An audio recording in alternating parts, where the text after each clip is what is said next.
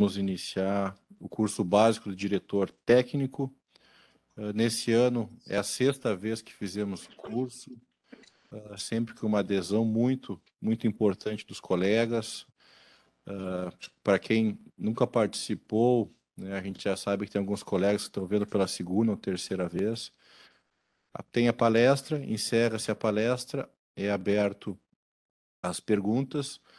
O colega que quiser fazer a pergunta, levanta a mãozinha ali no computador, pode fazer em voz alta. As pessoas que são mais tímidas podem escrever pelo próprio chat, que será lida. Quem estiver presencial aqui pode levantar a mão e fazer. Isso é mais uma série de educação continuada que estamos organizando, né? Tem curso também de publicidade médica, que nós fizemos a cada 2, 3 meses, o diretor técnico isso também. Temos o curso, né, da Lei Geral de Proteção de Dados, que também é algo novo, que está sendo implantado em todas as instituições, muitas dúvidas sobre prontuários, guarda de prontuários, né? Porque a Lei Geral de Proteção de Dados, na verdade, não é uma lei específica somente para a medicina, é muito mais ampla, então nós temos que fazer algumas adequações aqui para a área médica. Temos atualizações científicas, que são praticamente a cada 15 dias, uma sociedade médica, junto com o CREMERS, fala sobre suas especialidades, para abranger o grande público, né? A sociedade, por exemplo, de pediatria, que teve um tempo atrás, falou das doenças mais comuns, onde o médico no consultório já pode ter uma noção para fazer o encaminhamento depois. Nós gostamos muito da participação de todos, a gente sempre brinca, não tenho vergonha de fazer as perguntas, e não se assustem com as responsabilidades do diretor técnico. Também tem direitos e tem deveres. Fiquem tranquilos, a gente sabe quem é diretor técnico atual, tanto num hospital grande como num pequeno. Sempre o CREMERS conversa, sempre o CREMERS pergunta, e normalmente nós somos sensíveis ao que é solicitado, nós entendemos as respostas, muitas vezes o diretor técnico faz o que está ao seu alcance, né? Infelizmente depende do administrativo, outras situações não consegue resolver, mas quando o médico, que é o diretor técnico, né, o responsável técnico, mostra que tem um interesse, que está tentando alinhar e melhorar, nós somos sensíveis e compreendemos isso, né? O nosso objetivo aqui jamais é fechar o hospital, né? Desde que assumimos a gestão aqui, a gente fala, nós temos que melhorar a qualidade de atendimento, temos que dar a infraestrutura. Ficar fechando o hospital é a última das últimas situações. Então, nós sempre queremos brigar para ter a qualidade, e a nossa conversa é com o diretor técnico. Isso não sou eu que organizei, isso é uma resolução, um decreto presidencial de 1932. Então, nós temos um decreto há mais de 90 anos, que depois vai ser explicado aqui com mais detalhes, que exige que nas casas de saúde tenha um diretor técnico. E esse decreto permanece em vigor até hoje, o que é muito bom para os médicos, além de ser um campo a mais de trabalho, é a comunicação, é o médico que entende de todo o conhecimento de bloco cirúrgico, de centro obstétrico, de enfermaria, UTI. Então, ele que é o grande líder dentro das casas de saúde. Então, a gente também briga por isso e agradecemos ter essa comunicação com os médicos. Muitas vezes, os profissionais recebem, né, uma carta do CREMERS e se assustam. Não precisam usar o advogado, nada, precisamos só saber a linguagem médica para saber o que está ocorrendo, né? Sempre que o CREMERS questiona, nós queremos saber o que está ocorrendo de verdade, o diretor técnico tem que explicitar. Nós juntos podemos alinharmos, se for necessário, nós vamos ao Ministério Público para tentar resolver uma solução, conversamos e mediamos reuniões com o Estado, Prefeitura, enfim, nós estamos aqui para auxiliar, né? O diretor técnico e a comissão de ética dos hospitais são muito importantes para ter esse alinhamento com o CREMERS. Eu vou passar a palavra ao Dr. Geraldo Jotes. Ele é conselheiro da fiscalização, ele é o coordenador do departamento, também é professor da URGS e é otorrino de formação e cirurgião de cabeça e pescoço. Além disso, ele também já tem muita experiência de fiscalização, como ele era da Comissão Nacional de Residência Médica, já fazia vistorias e fiscalizações, modos um pouco diferente do que a do CREMERS, mas ele sempre teve muito carinho, tem muito conhecimento por o setor e vai fazer a primeira palestra. Doutor Geraldo Jotes, por favor, a palavra é toda sua. Prefere sentar aqui ou em pé? Aqui o para passar o...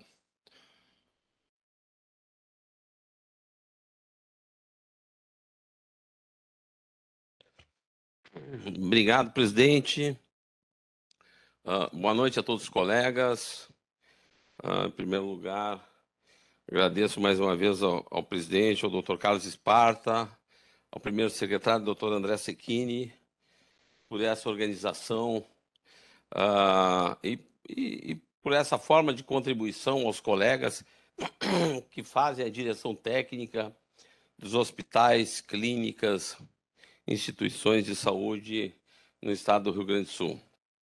A ideia aqui é ser o mais didático possível, com noções básicas daquilo que o Departamento de Fiscalização faz, baseado na legislação vigente. Obviamente, depois teremos espaço para as perguntas, né? E iremos demonstrar aqui aquilo que é feito pelo CREMERS ao longo dos anos, obviamente sempre sendo aperfeiçoado pelas regulações, né? O Departamento de Fiscalização do CREMERS, o DEFIS, que é o Departamento de Fiscalização, a CODAMI. CODAMI é a Comissão de Divulgação de Assuntos Médicos, né? Baseado numa resolução do CFM 1974 de 2011, é composto por 3 conselheiros. Eu como coordenador, Dr. Marcos André e Dr. Tremeia como membros do departamento. Não está passando aqui. Médicos fiscais, nós temos 5. Médico fiscal sênior, doutor Ossanay, que está aqui há mais de 15 anos. E os médicos fiscais especialistas, doutora Priscila Vieira, doutor Vinícius de Oliveira, doutora Luísa Volpato e doutora Priscila Schenkel. Temos 2 secretárias do departamento, a Adriana dos Santos, a Rafaela Chardong e 3 estagiárias, a Bianca Shida, Mariana Rissetti e Caroline Salles. Próximo. Então, o Departamento de Fiscalização, a fiscalização, ela se baseia, a fiscalização das instituições, na resolução CFM 256 de 2013, que disciplinou, né, a criação dos departamentos de fiscalização. Até então, até 2013, eram comissões. Hoje, no Brasil inteiro, os conselhos regionais têm departamentos de fiscalização. Próximo. A 2153, né, de 2016, ela altera um pouco a 256, pois ela dispõe de uma redação do manual de vistoria. Hoje, o médico fiscal, quando ele fiscaliza as instituições de saúde, vocês vão notar, aqueles que já sofreram fiscalização, que eles levam um laptop que é ligado diretamente ao CFM. E nesse laptop está tudo que consta na 256, né? Saiu do ar ali. Está tudo que consta na 256. E ele só tem o poder de resposta de sim ou não, porque como é baseado em resoluções, o médico fiscal ele não tem um poder opinativo ali. É uma série de questionamentos, inclusive no dia da fiscalização, normalmente o médico fiscal às vezes está acompanhado por conselheiro ou não, ou eu, o doutor Marcos André, ou o doutor Tremeia, ou o médico fiscal está sozinho, ou às vezes em dupla, né? Dependendo da instituição, dependendo da questão envolvida. Então, ele não tem poder discricionário. O médico fiscal ele só cataloga os dados que a instituição tem, dentro do que diz a resolução, né? E a partir daqueles dados, quando ele fecha no CFM, ele vai para a nuvem do CFM, aquilo gera um relatório com dados conclusivos, vamos dizer, né? E a partir desse relatório vai para o conselheiro, que tem o poder discricionário de decidir, né, sobre aquelas questões. Tanto é que alguns relatórios, às vezes alguns colegas, diretores técnicos, se impressionam, porque vem escrito indicativo de interdição ética. O que diz? O que significa isso? Significa que, conforme o número de desconformidades, ou seja, de questões que estão em desacordo com as resoluções do Conselho Federal de Medicina e alguma resolução do Conselho Regional, ele faz um indicativo de interdição ética, ou seja, que o hospital realmente, ou a instituição realmente, se não resolver aquelas questões, pode ser encaminhado a um quadro de interdição ética, ou seja, de impossibilidade de exercício profissional naquela instituição, né? Como disse bem o presidente, não é a nossa missão interditar nenhuma instituição, mas, obviamente, as instituições têm que cumprir as normativas do CFM.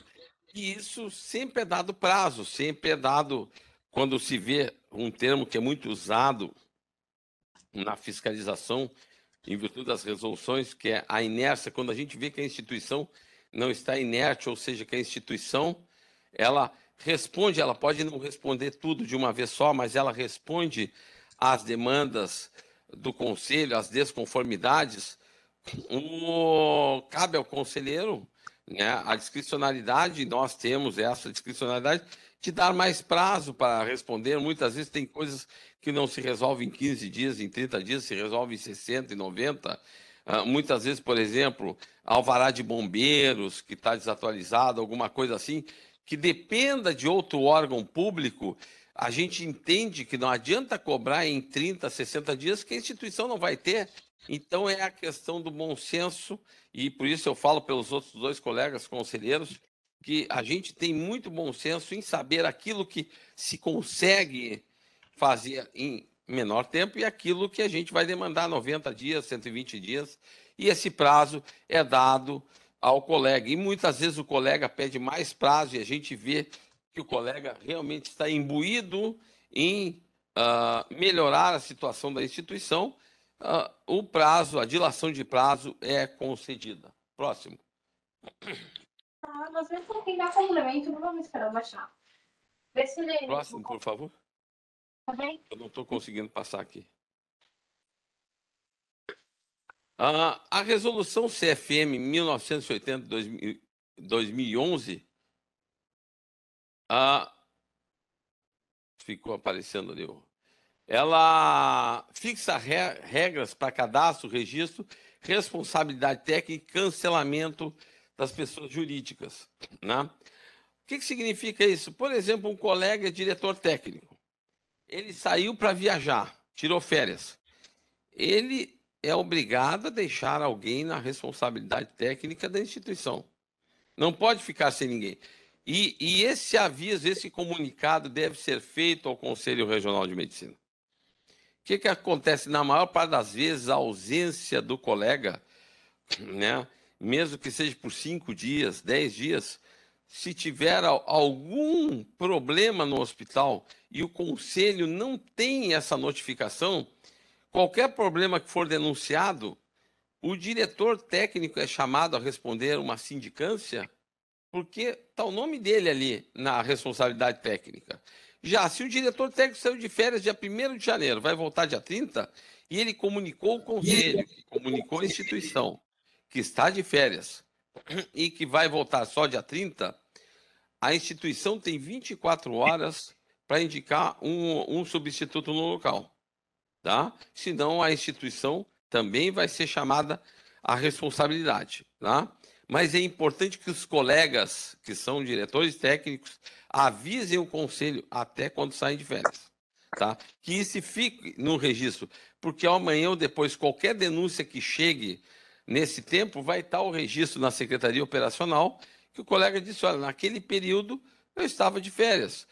Se a instituição não colocou outro responsável técnico, a instituição vai responder muitas vezes, não só para nós, mas para o Ministério Público Estadual, Federal, enfim, para os outros órgãos de controle, tá?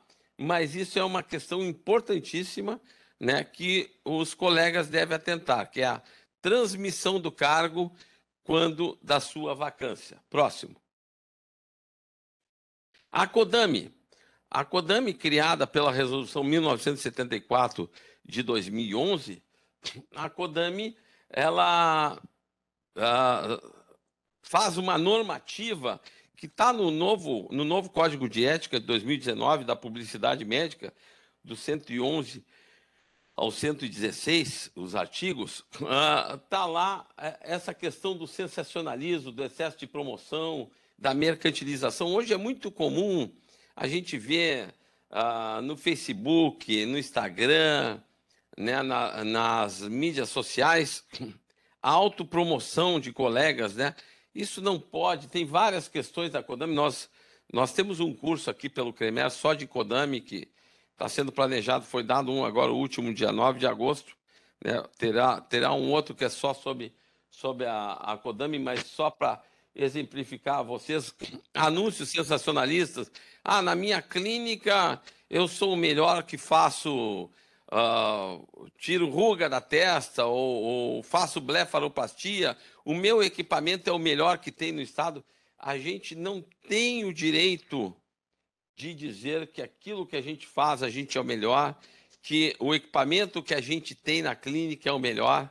Tá? Por quê? Porque isso a gente dá um caráter sensacionalista de autopromoção e diminui os demais colegas nesse sentido. Tá? Então, isso é combatido pelo Código de Ética Médica e não deve ser feito. Né? Anúncios de publicidade, propagandas por qualquer meio de comunicação, os nossos médicos fiscais hoje avaliam muito essas questões, né? Fazem busca ativa, né? Exposição de pacientes. O paciente, por exemplo, diz assim, o doutor Geraldo é o melhor médico do mundo. Aí o doutor Geraldo pega e divulga e replica aquela mensagem do paciente nas suas redes sociais. Isso não pode ser feito. Uma coisa é um paciente falar, um outro paciente falar, e nós não estimularmos, não replicarmos isso. A replicação é considerada antiética. Não pode ser feita. Né?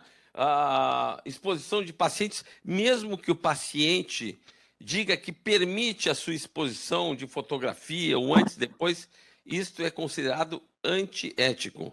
Não pode ser feito. Tá? Está no nosso Código de Ética Médica. Né? Exposição de serviços, de empresas terceiras, aqueles títulos, o médico do ano. Muitas empresas privadas vão dar um jantar e dizem, hoje nós vamos escolher, aqui na cidade nós temos os 10 melhores médicos do ano, né? E o jantar custa R$10.000 para 4 pessoas. E aí tu ganha um troféu. Na realidade, tu está pagando o troféu e está de caráter sensacionalista se autopromovendo. Isso não pode. E não adianta dizer, não, mas eu fui convidado. Não pode, tu não pode participar disso. Tá? É antiético isso.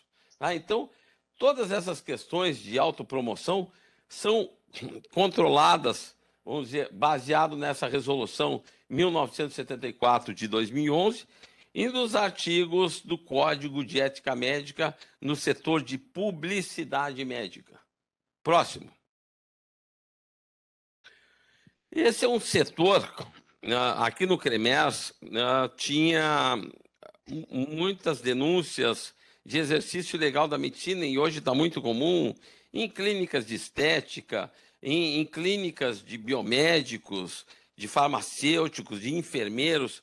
Então, tinha quadros, esses casos no jurídico, em vários setores do CREMERS, por decisão da diretoria, em maio desse ano, por solicitação do Dr. Carlos Esparta, foi centralizado no Departamento de Fiscalização. Hoje nós temos mais de 60 casos, todos os casos estão lá centralizados, 60 casos sendo avaliados, né, pelos nossos médicos fiscais, pela procuradora desta autarquia. Ontem nós temos uma procuradora que fica, dos 9 procuradores, um fica só no Departamento de Fiscalização.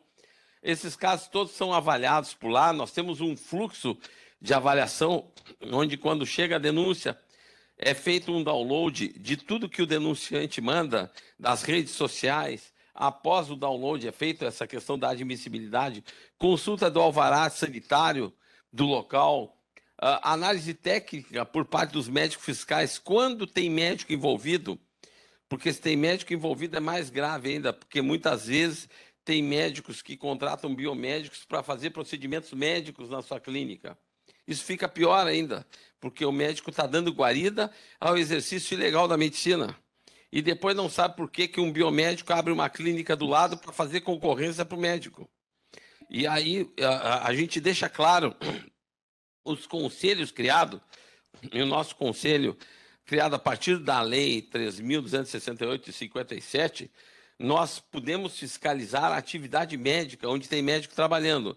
Se tiver uma clínica biomédica do lado trabalhando de um médico, nós não temos poder de fiscalização. Nós podemos fiscalizar apenas onde tem médico.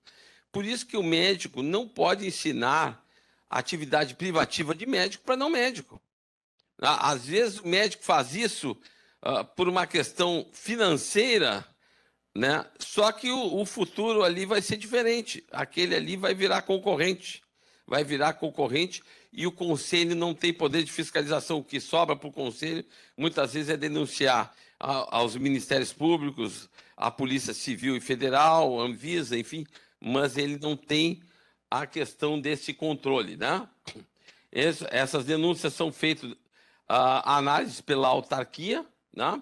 E pela procuradora autárquica, aí é emitido os ofícios, né? Normalmente para os órgãos de controle, se tem médico envolvido, o médico é provocado a responder, né? Se não tem médico envolvido, a gente denuncia à Delegacia do Consumidor, à Polícia Federal, ao Ministério Público Federal, ao Ministério Público Estadual e à Anvisa, tá?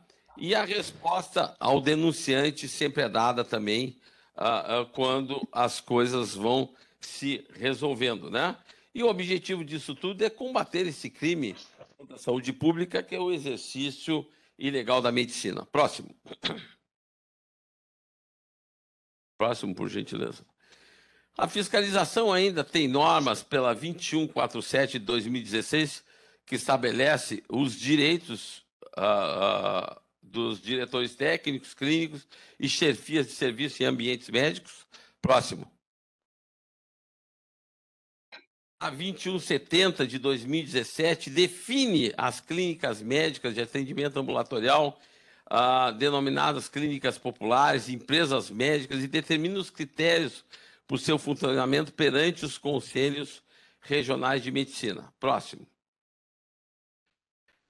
A 2217 de 2018 aprova o novo Código de Ética Médica, que teve algumas modificações, dentre elas esses artigos da publicidade que eu citei. Próximo. Próximo. As vistorias de fiscalização, o CREMERS nunca avisa quando vai fazer uma vistoria de fiscalização. Por quê? Ele não avisa para não se ter um teatro, né? Algo preparado. Nós queremos ver o dia a dia do setor. E aí cabe uma questão importante. Já teve locais que os nossos médicos fiscais foram fazer fiscalização e o médico não deixou com que os médicos fiscais entrassem. Isso esse ano. Tivemos que chamar a Polícia Federal para poder exercer a fiscalização, até porque o Conselho tem poder de polícia, né? O que é muito ruim, né? Ter que chamar a Polícia Federal para poder entrar numa instituição de saúde. Tá? Mas isso, né, cabe, o Conselho pode fazer isso, e, obviamente, que os médicos fiscais, quando acompanhado ou não de conselheiro, eles sempre pedem permissão para a direção da instituição para entrar. Agora, se é negado a entrada, eles têm o poder de chamar a polícia para aí entrar com a polícia na instituição. Então, a gente deixa claro isso, porque muitas vezes a fiscalização, se não é algo de rotina, ela muitas vezes é motivada por denúncia. E a denúncia gera o que a gente chama de busca ativa, que vocês podem ver ali, né? Que é a busca ativa nas redes sociais de tudo que envolve aquela instituição, a clínica, o hospital. Ou seja, os médicos já vão preparados para o que vão encontrar naquela instituição. Muitas vezes, nas redes sociais, tem comércio misturado com medicina, comércio de medicamentos, comércio de produtos, o que é antiético também, né? E isso tudo consta depois do relatório que vai ser encaminhado ao colega. Próximo. Os médicos sempre chegam com identificação, né? Os médicos fiscais têm a identificação do conselho como servidores, né? E os conselheiros têm o crachá com o brasão da República, também escrito conselheiro da fiscalização do conselho, e a carteirinha de conselheiro regional. Próximo. As vistorias de fiscalização, normalmente se solicita que o responsável técnico esteja junto ou alguém delegado pelo responsável técnico, diretor técnico, né? É feita uma exposição preliminar dos motivos da fiscalização, do porquê que está sendo fiscalizado, se é rotina, se foi denúncia, se é reavaliação, né? Os médicos fiscais, como eu disse, não emitem juízo de valor sobre as situações identificadas, exceto nos casos em que é identificado risco inequívoco de morte ou graves danos ao paciente. Por exemplo, como vocês estão vendo aqui um exemplo ali à direita de vocês, tubos de oxigênio sem proteção nenhuma, sem segurança nenhuma, quer dizer, podem cair em cima de um paciente, em cima de uma maca, né? Ou macas, como vocês estão vendo aquela ali, sem proteção lateral nenhuma, o paciente se vira, pode cair da maca, pode gerar um acidente. Tudo isso é anotado e, obviamente, no momento que vê a gravidade de uma situação dessa, um médico fiscal, se não tiver o conselheiro, o médico fiscal alerta o responsável técnico pelo risco que se corre numa situação dessa. Próximo. Aqui é aquela planilha que eu disse para vocês. O médico fiscal ele chega com um tablet que é padronizado pelo Conselho Federal de Medicina. Todos os médicos fiscais do Brasil usam a mesma metodologia. Toda essa avaliação fica na plataforma do Conselho Federal de Medicina. E ali vocês vejam ali, ó, que ele tem o sim ou não. Tudo que vai sendo pedido ali na avaliação, né, é sim ou não, sim ou não. Ele tem espaço para fazer algum comentário, mas o sim ou não, depois do relatório, vai estar baseado, todas essas perguntas estão baseadas em alguma resolução do Conselho Federal de Medicina, algum decreto-lei, como bem disse o presidente. Nós temos o decreto-lei de 1932, que até para mudar a resolução da CODAME, 1974-2011, mas uma das coisas que não vai mudar é o antes e o depois. Porque o antes e depois, a gente já fizemos um tratamento de rejuvenescimento facial, mostrar o antes e o depois. Por que não pode mudar? Porque a resolução do CFM é uma resolução infralegal. O decreto de 32, que ainda é válido, proíbe que o médico compare o antes e o depois do tratamento. Então, nós não podemos, com uma resolução do CFM, ferir um decreto presidencial, né? Porque é uma questão infralegal. Então, dessa forma, tudo que o médico fiscal coloca ali, ele sempre, quando sai no relatório, sai uma resolução, uma lei ou um decreto presidencial atrelado a isso. Próximo. A mesma coisa, serviço hospitalar de urgência, carrinho de parada, ali são exemplos que tem ali, sim ou não. É o médico fiscal num carrinho de parada, ele abre, ele vê todas as medicações que tem ali, vê prazo de validade.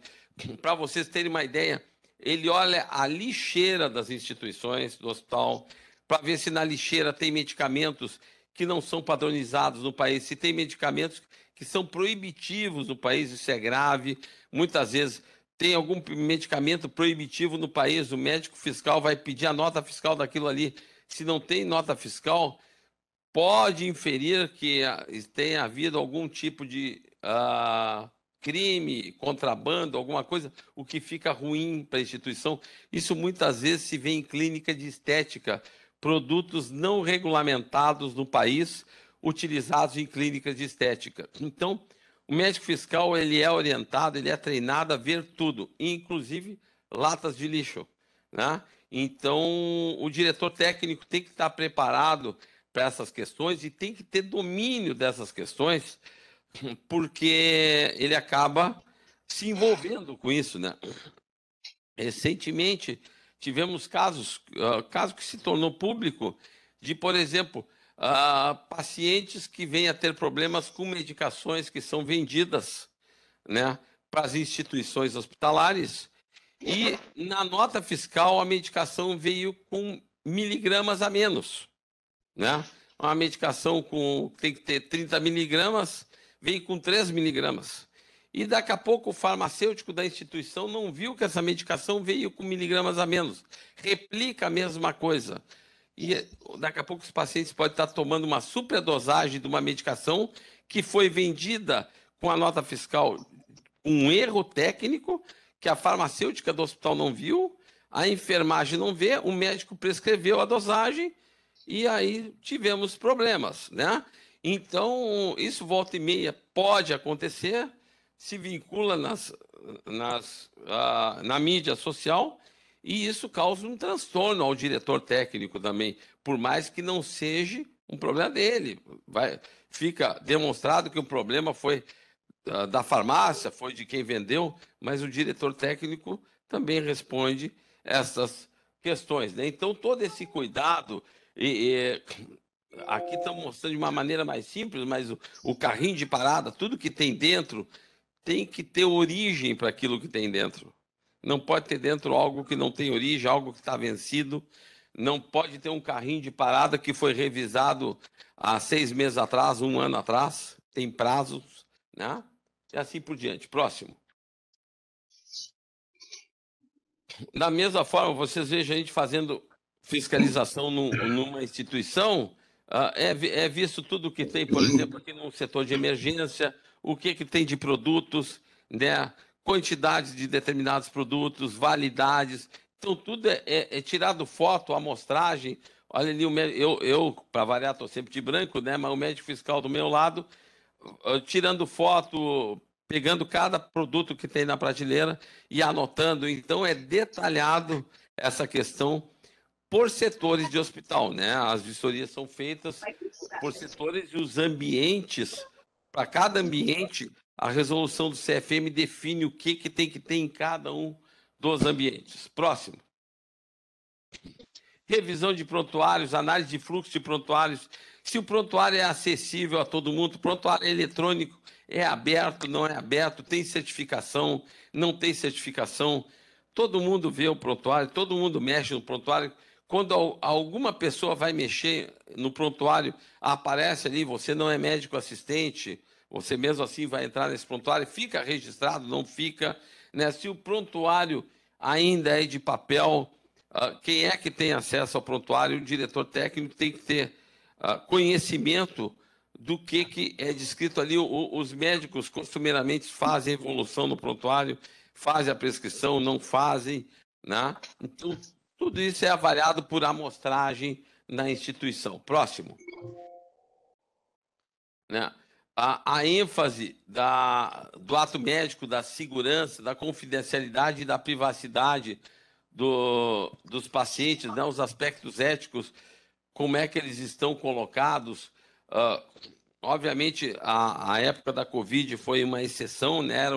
Era um campo de guerra, mas fora da Covid, muitas instituições, até por sobrecarga, pacientes no chão, pacientes no leito de emergência. O leito de emergência, de parada, tem que estar livre, porque senão, a hora que chega uma parada, não tem como ocupar esse leito, né? Então, todas essas condições de dignidade humana, né, a gente tem que ter um limite, a gente tem que comunicar o conselho quando extrapolou esse limite, quando não dá mais para receber ninguém. A gente sabe a questão da vaga zero. Aí eu falo uma questão para vocês que é muito clara: não existe vaga impositiva. Se o SAMU estadual, o SAMU municipal, se alguém da regulação disser que tem vaga impositiva, não existe regulamentação legal para dizer que está sendo dada uma vaga impositiva. Existe legislação para vaga zero. Vaga impositiva não existe nem esse termo. Tá? Por que eu digo isso? Porque às vezes podem ocorrer problemas nesse sentido e o hospital, por exemplo, chega num hospital, uma criança a mais que tem que ir para uma UTI pediátrica, a UTI pediátrica está lotada. Não, mas é vaga impositiva. Mas como se eu não tenho onde botar a criança? Né? Então, não existe isso. E o conselho tem que ser comunicado se isso está sendo feito. O conselho tem que ser comunicado, porque acaba o diretor se responsabilizando quando aceita isso e não comunica. Então, ele assumiu o ônus de se responsabilizar por essa questão. Por isso, eu deixo bem claro, vaga impositiva não existe, nem o termo e nem a legislação que dá guarida para isso. O Conselho, o Departamento de Fiscalização, está aberto a qualquer denúncia, depois eu vou deixar o endereço eletrônico em relação a essa questão. Então, a dignidade humana num local de trabalho é importantíssimo. A gente não pode chegar num local, tá todos os leitos ocupados, tem pacientes no chão. Isso é inviável. A gente sabe que pode ocorrer, mas aí o médico, o diretor técnico, tomou alguma atitude? Ele avisou o conselho, ele avisou a regulação que não tem como mandar mais paciente, ele botou na regulação a transferência dos pacientes. Então, o diretor técnico tem que se resguardar nesse sentido. Próximo.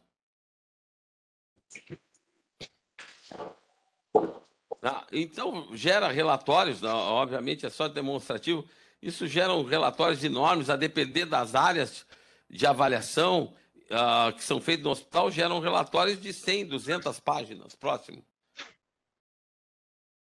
Esses relatórios que são feitos, olha ali, vocês vejam ali no campo à direita de vocês, um é sim ou é não. Todas aquelas perguntas, aquilo que o médico fiscal foi fazendo, ali vai dando um sim ou não, depois gera um relatório desse porte, né? Que vai ser analisado por um dos conselheiros do Departamento de Fiscalização. Próximo. Né? Chega no final do relatório, tem a assinatura do médico fiscal ou dos médicos fiscais que participaram. Próximo. Encaminhado ao médico responsável técnico, né? Esse relatório, quando chega para nós, ele é encaminhado ao médico responsável técnico. Normalmente, de praxe, a gente dá inicialmente 60 dias para a solução dos problemas. A gente sabe que tem problemas que não vão resolver em 60 dias. O diretor técnico manda as respostas. Muitas vezes não vão resolver todas, e a gente sabe que não resolve. A gente dá mais prazo para resolver as que estão pendentes, e o prazo vai sendo dado na medida que a gente vê que o diretor técnico ele está procurando se esforçar nessa questão. Isso é muito importante, e nós estamos aqui para auxiliar o diretor técnico. Se tiver dúvida, várias vezes nós já marcamos reuniões com os diretores técnicos aqui no Conselho, né, para explicar, para falar sobre o seu relatório, isso a pedido do próprio diretor técnico, né? Então, essas medidas são feitas no contato com o Departamento de Fiscalização como um ato contínuo, vamos dizer assim. Quando o diretor até precisa mais prazo, olha, foi dado 60 dias, mas tem várias coisas ainda a resolver, não consegui 60 dias, pede mais prazo, é dado mais prazo. Próximo. Próximo. A demonstração... Não, volta um pouquinho ali. A demonstração das medidas saneadoras, ou não, né? Podem levar ao arquivamento, resolveu todos os problemas, leva ao arquivamento, né? Ou do processo no Departamento de Fiscalização, né? Em virtude das questões que ainda permanecem vigentes. Muitas vezes aí um alerta aos queridos colegas, as instituições precisam renovar o certificado de regularidade. Quando vão solicitar a Secretaria Operacional, a Secretaria Operacional vai dizer está pendente no Departamento de Fiscalização. Se a gente vê que, aí vem para a fiscalização, que aquilo que está pendente não é algo que limite o exercício da boa medicina, a gente libera de imediato o certificado de regularidade, porque não é missão dessa gestão e não é missão dos colegas que hoje são aqui conselheiros interromper a vida normal de qualquer instituição. Obviamente, se tem algo muito grave, vai ser falado com o diretor, olha, está pendente coisas que são temerárias para o exercício profissional nessa instituição. Mas se não está pendente isso, mesmo que continuem as pendências, né, se libera o certificado de regularidade e o diretor técnico se compromete em determinado tempo resolver aquelas pendências mínimas que faltam. Mas isso é importante vocês, que são diretores técnicos, ficarem com isso em mente, porque às vezes ficam esperando 1, 2, 3 meses, daqui a pouco perde um financiamento, perde alguma coisa por causa dessa pendência. Por favor, não se preocupem e não se constranjam. Entrem em contato conosco que a gente está aqui para auxiliá-los. Próximo. Aqui, se vocês tiverem qualquer dúvida, nós temos tanto a codame@cremers.org.br como a fiscalizacal, né? @cremers.org.br. Próximo. Vocês podem entrar em contato, né, pelas nossas redes sociais, telefone. Próximo. E além desse, tem um e-mail, saiu pequeno ali, do exercício legal, @cremers.org.br. Esses são os contatos que nós temos. Ficamos à disposição para as dúvidas e, como eu disse, não se constrange, estamos aqui para tentar auxiliá-los da melhor forma possível. Era isso, presidente. Obrigado. Obrigado, doutor Geraldo. Eu vou abrir as perguntas nesse primeiro módulo, que é a parte da fiscalização. Se alguém quiser levantar a mão e escrever no chat, por favor.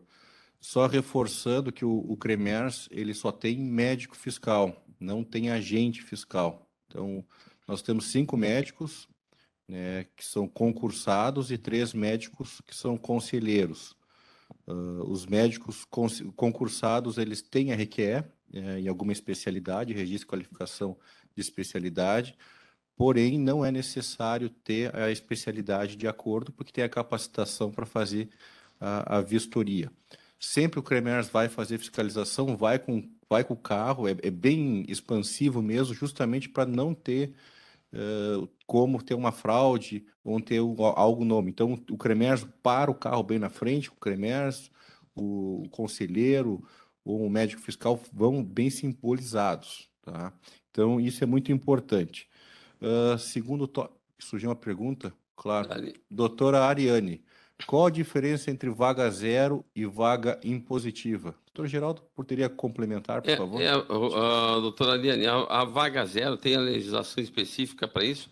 É aquela vaga que o médico regulador, ele regula mesmo que o hospital, dentro de certas condições, esteja cheio, ele regula conforme, muitas vezes, a CIB, conforme as orientações que ele tem do Estado do Rio Grande do Sul ou do município de Porto Alegre, ele regula para as instituições que têm condições de atender e que estão no rol, vamos dizer, daquelas doenças, né, que estão já acertadas ou no município ou pelo Estado através da CIB. A vaga impositiva não existe. A vaga impositiva é aquela vaga, como eu disse, obrigatória. Vaga zero, não pode se dar uma vaga zero numa UTI de 10 leitos que está lotada. A vaga impositiva significa que tem sido usada por alguns reguladores e que está equivocado, significa a tua UTI tem 10 vagas, põe mais uma vaga, eu estou mandando mais um paciente. Isso nenhum regulador pode fazer com vocês, nenhum. Então, não existe vaga impositiva. Por que eu estou dizendo isso? Porque tem chegado aqui no CREMERS algumas denúncias junto ao Departamento de Fiscalização com essa questão de vaga impositiva.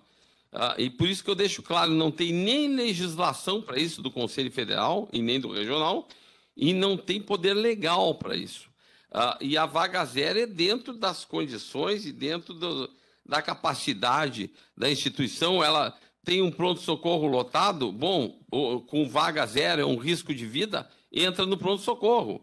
Não quer dizer que vai ter vaga na UTI, mas se é um paciente sabidamente que tem que ir para uma UTI, o regulador não tem autoridade para dar vaga, por mais que ele chame de vaga zero, numa UTI que está lotada.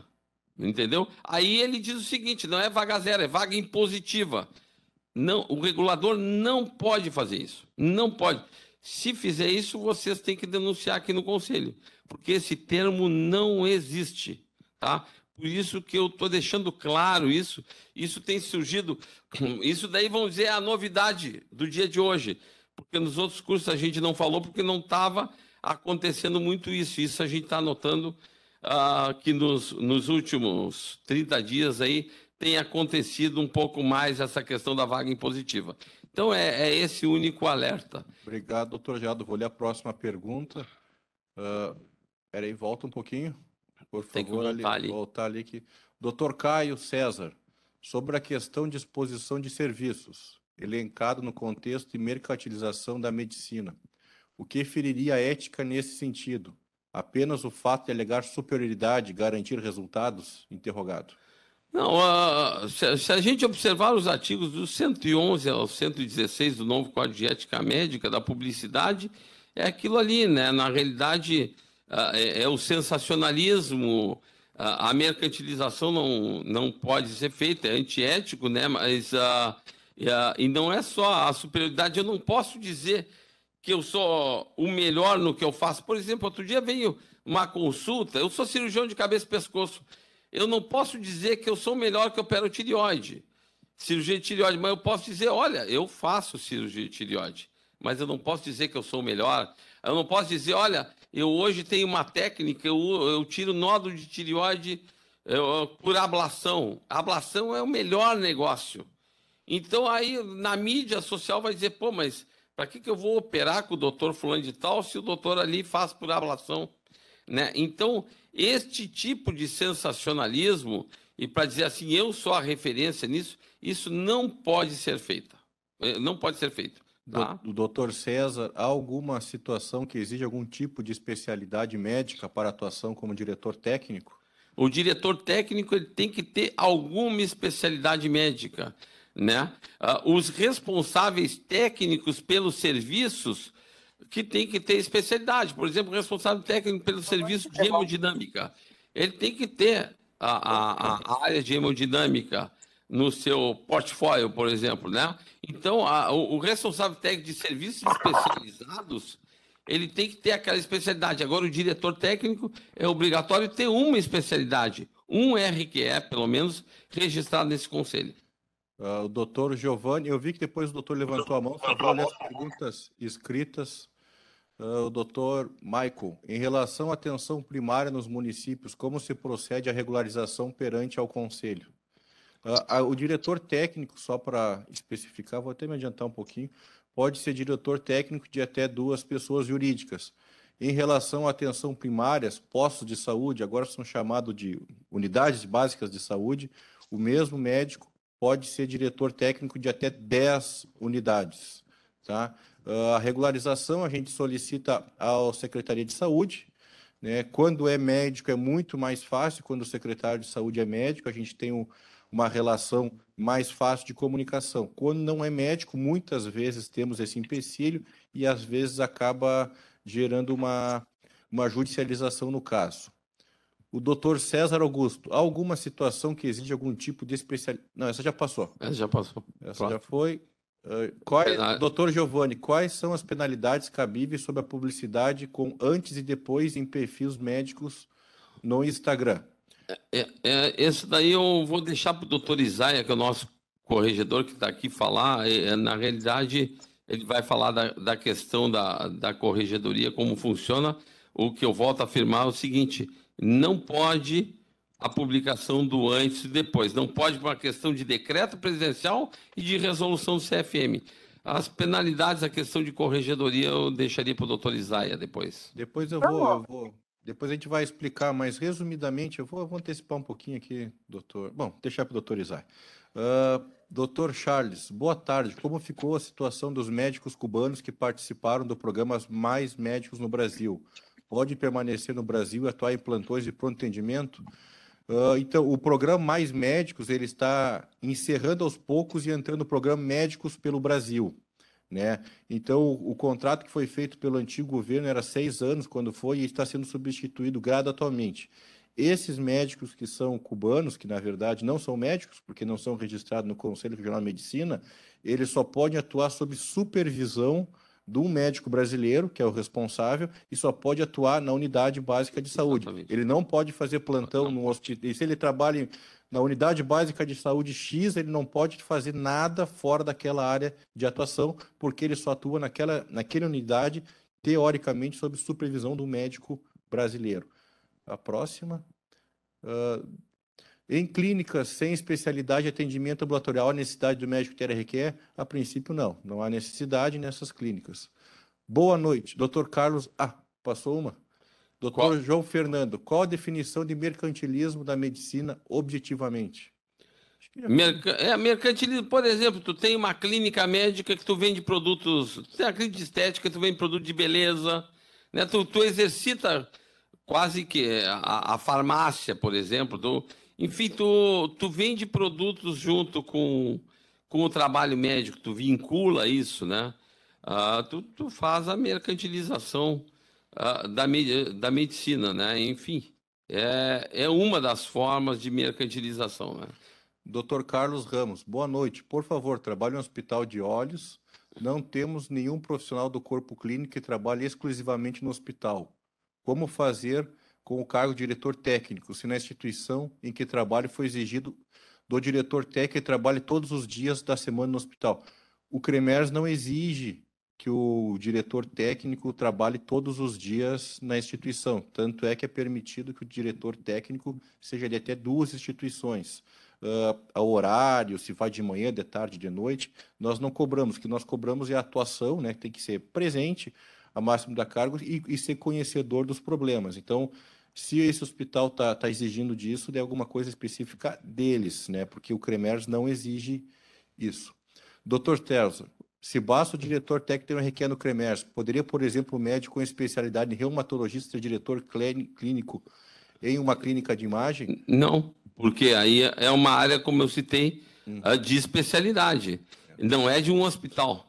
Então, clínica de imagem tem que ser um radiologista. Radiologista, ou dependendo da clínica, pode ser um ultrassonografista. Não, se for clínica de medicina nuclear, um médico nuclear, enfim. Neto Fracaro. Em clínicas pequenas, o diretor técnico tem que estar presente todos os dias? Também não. Mesmo nesses locais, em caso de afastamento por férias ou outro motivo, deve ser indicado um substituto, mas não precisa estar presente todos os dias, né? Já foi, acho que, bem claro. Exatamente. Andressa, o diretor técnico pode exercer atividade assistencial em horário comercial na instituição onde atua como diretor durante o mesmo período? Sim, doutora Andressa, porque o cargo de diretor técnico, o CREMERS não regulariza se tem que ser CNP pessoa física, qual que é a carga horária. Então, ele só tem que estar presente, ele pode exercer sim. Claro que a parte de contratualização, né, aí depois é uma parte com o hospital. Doutor Caio, em ambulatório de especialidade de diversas disciplinas, ortopedia, ginecologista, sobre o requer, o que se quer? Como assim? Não, se é um ambulatório, se é uma clínica, aí não. Uma clínica médica funciona como um hospital, quer dizer, não precisa ter um diretor técnico para ortopedia, um para ginecologia. É como se fosse quase uma UBS que tu tem várias especialidades. Né? O diretor técnico tendo uma especialidade, basta. O doutor Moisés Rochman, espero que tenha falado corretamente o sobrenome, solicitou a palavra. Por favor, Aline, abriu o microfone para o doutor.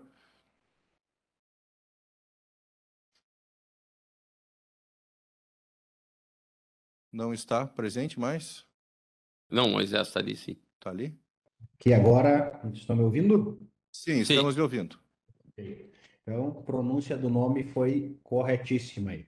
Então, em primeiro lugar, aí quero parabenizar aí os conselheiros do CREMERS pelo trabalho que vem desenvolvendo e pela atuação aí em defesa da medicina e da ética. Eu acho que é uma das gestões aí com uma atuação muito intensiva aí no cotidiano. Isso ajuda muito aí a defesa aí de uma medicina com boas práticas.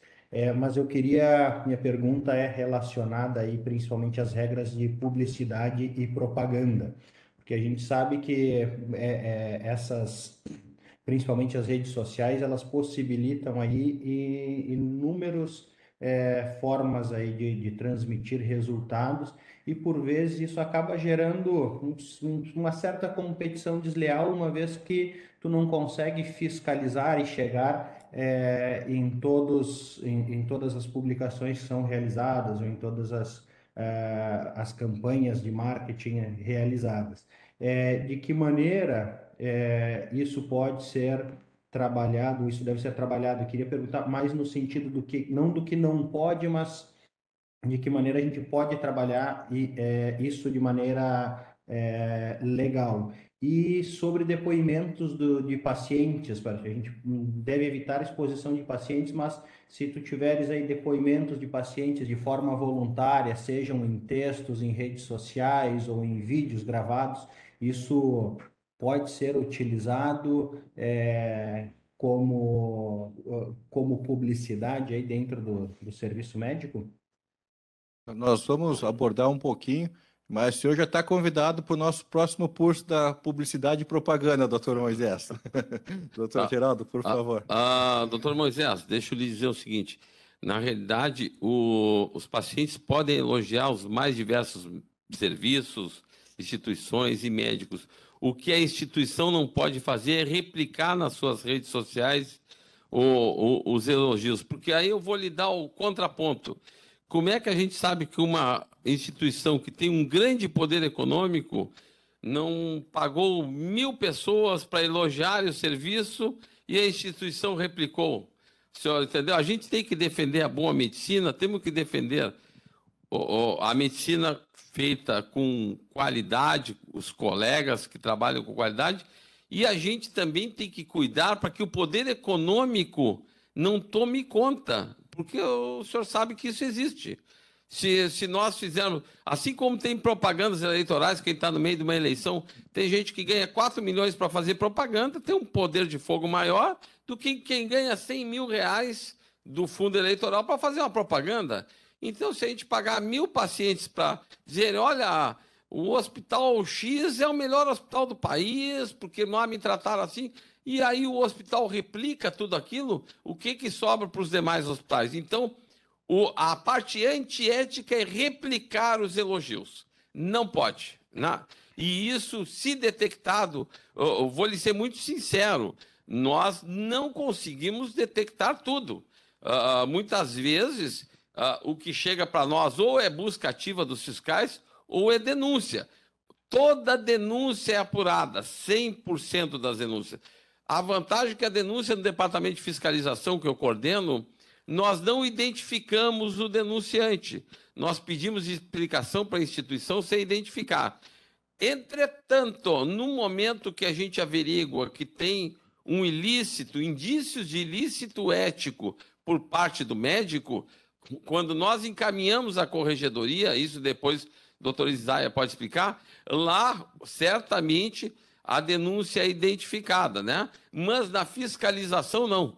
Então, doutor, a gente, vamos dizer assim, a instituição ela pode se pronunciar por métodos científicos, daqui a pouco promove cursos de determinadas questões que a instituição faz, e esses cursos, sim, põe na sua rede social, olha, chegou um novo equipamento para tratamento da litíase renal, que faz um curso em cima disso daí e divulga a instituição que está também tratando litíase renal com esse novo equipamento. Se ela não disser que esse é o melhor tratamento do mundo, ou seja, vai rebaixar as outras instituições, os outros colegas, se ela não disser que é o único serviço que tem, está correto.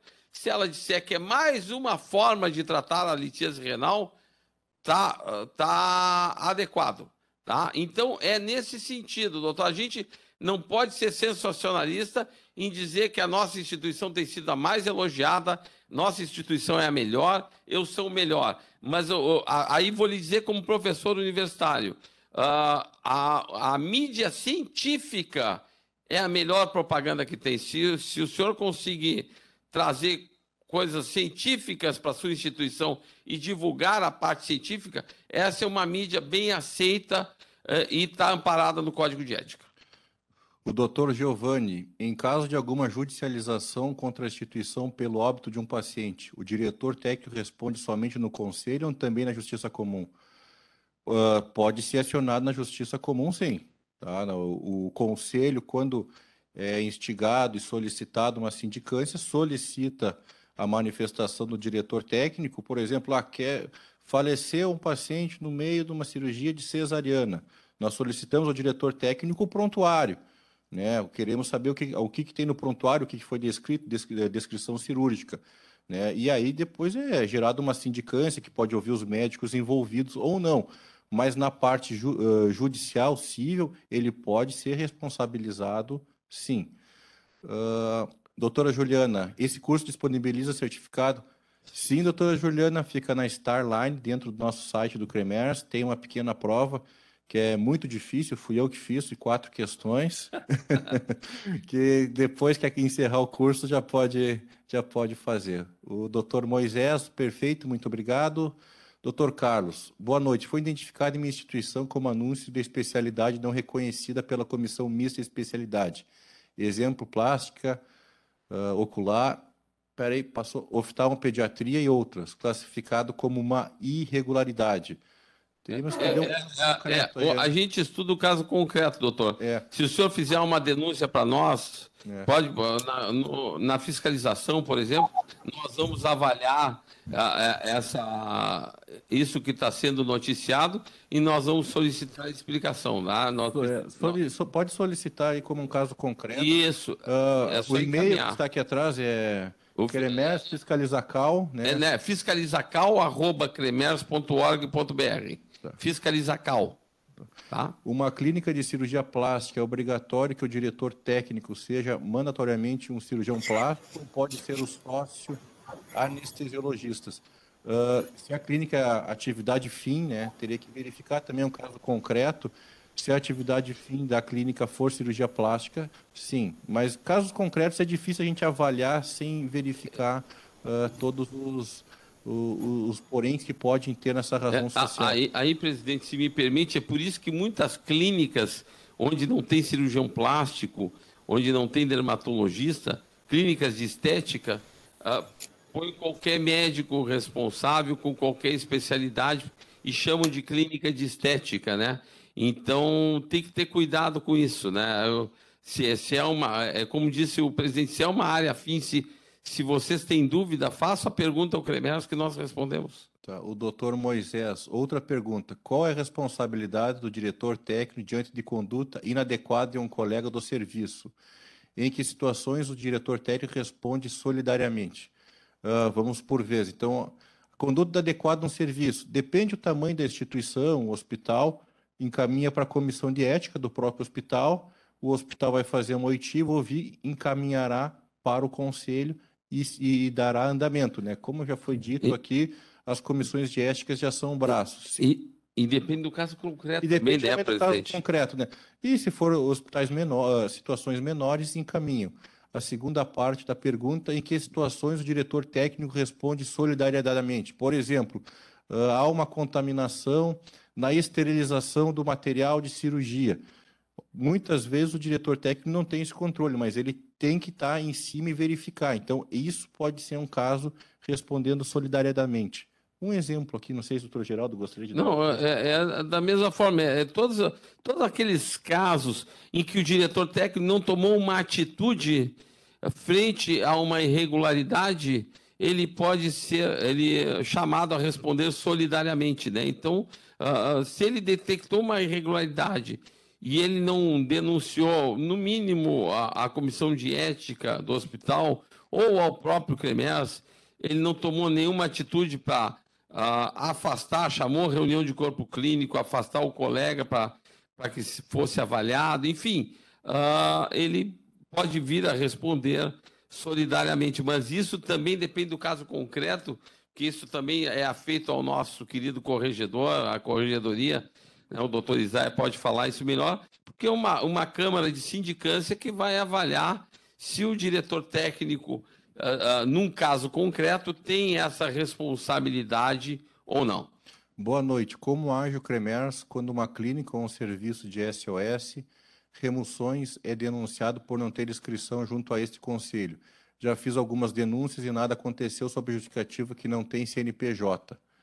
Bom, aí nós estamos falando de um caso de uma empresa que nem deveria existir, porque se não tem CNPJ, né, é um caso meio concreto para a gente verificar, mas normalmente a gente judicializa essas causas para... Se não tem CNPJ, pelo menos na fiscalização... Para existir uma empresa tem que ter CNPJ. Se chega na fiscalização isso e não tem CNPJ, a empresa é totalmente irregular e não tem como se acionar, porque eles não tem como um diretor técnico, não tem como acionar um médico, nós denunciamos no Ministério Público, nós denunciamos nos órgãos de controle, né?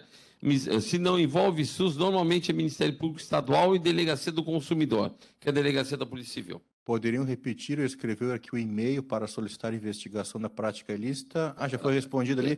fiscalizacal@cremers.org.br. Só que é o F minúsculo ali, tá? Doutor Marco, então, numa clínica ambulatorial que atende diversas especialidades, um médico com CRM, mas sem RQE, não poderia assumir como diretor técnico? É isso que foi explicado antes. Por exemplo, se é um ambulatório, se é um posto de saúde SUS, que tem lá o traumato, o reumato, coisas, não precisa ser um desses aí, porque não é um ambulatório de especialidade específico, né? Uma clínica popular, às vezes, faz esse atendimento.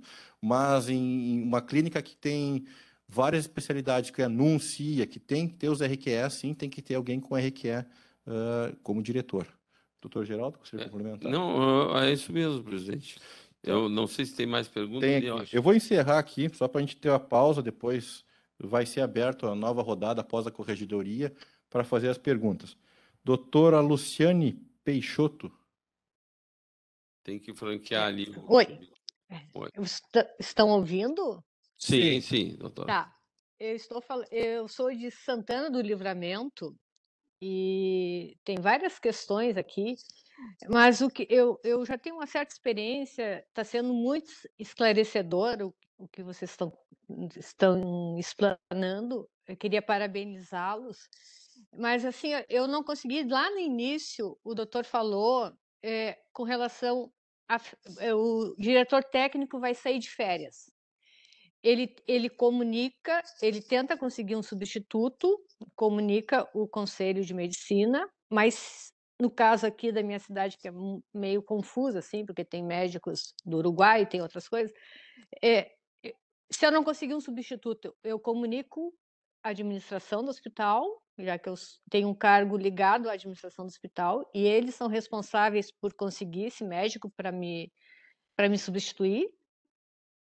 Sim. Doutor, por exemplo, vai sair em férias, a senhora pode comunicar ao CREMERS, por exemplo, se é uma CLT, normalmente a instituição já sai, né, e consegue alguém para ficar neste cargo. Se a senhora fizer a comunicação aqui para o CREMERS, nós exigimos, isso é qualquer caso, é que em 48 horas a instituição nos comunique quem ficará responsável pelo período de férias, ou de doença, ou quando foi demitido um diretor técnico, ou quando o próprio diretor técnico tem. Então, essa solicitação, essa manifestação da senhora para cá, primeiro a senhora fica segura se ocorreu algo no seu período de férias, a senhora não será responsabilizada, e a senhora, obviamente, vai especificar no e-mail, olha, eu tentei alguém para ficar, a instituição não quis e estou saindo de férias.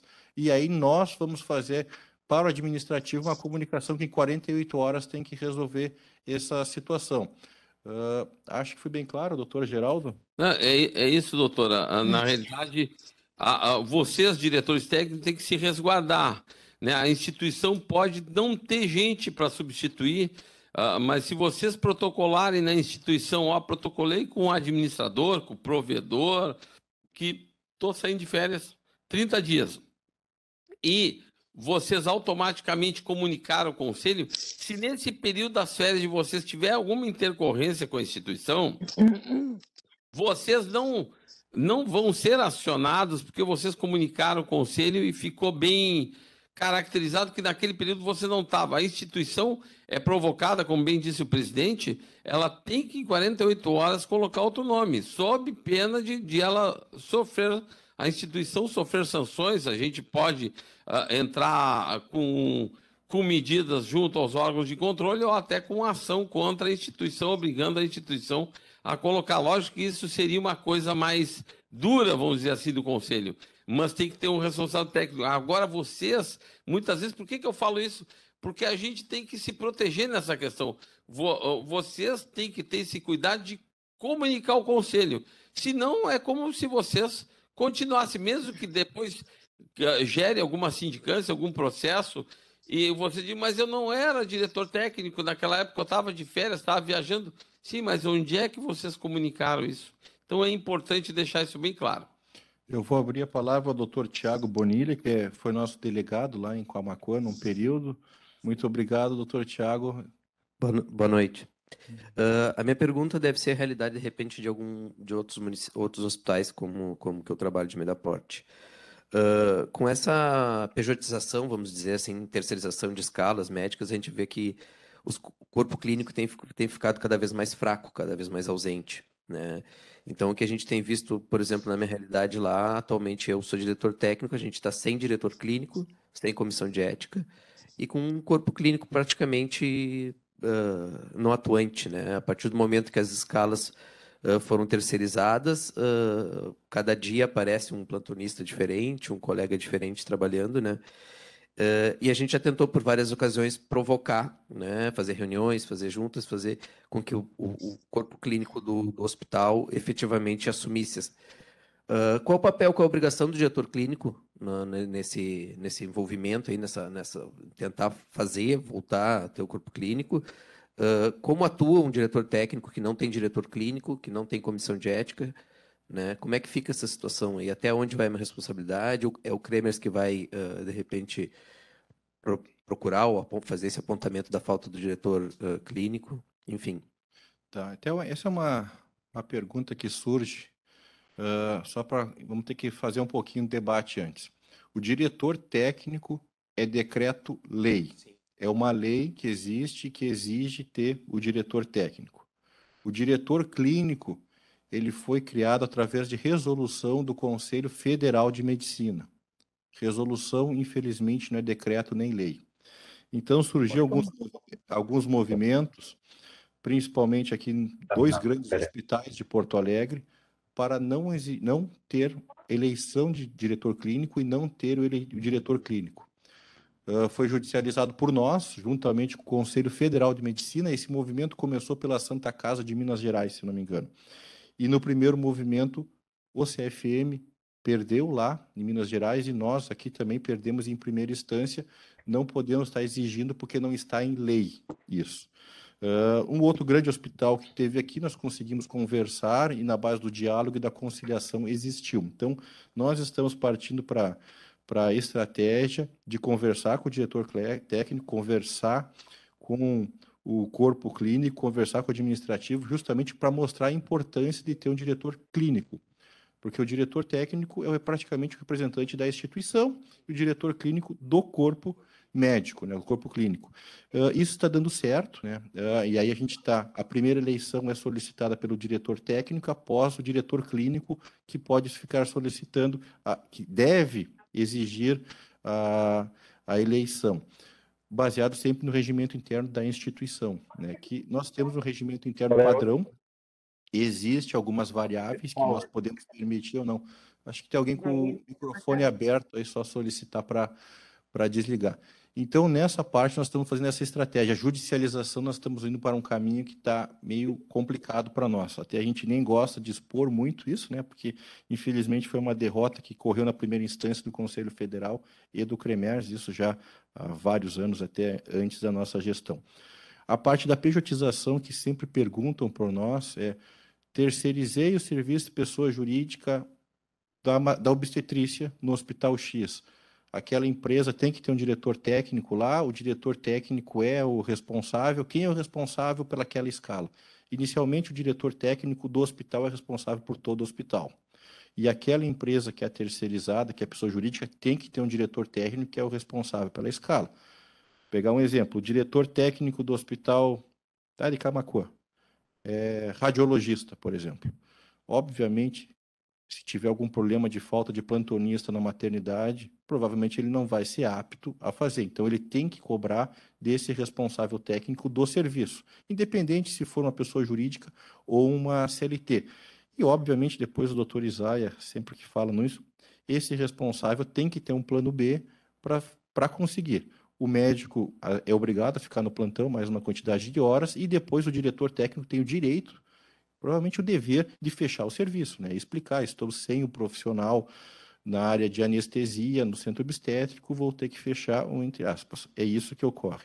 Geraldo, gostaria de complementar um pouco a resposta? É isso, na realidade, tem algumas instituições do interior que o diretor técnico acaba fazendo, às vezes, do diretor clínico.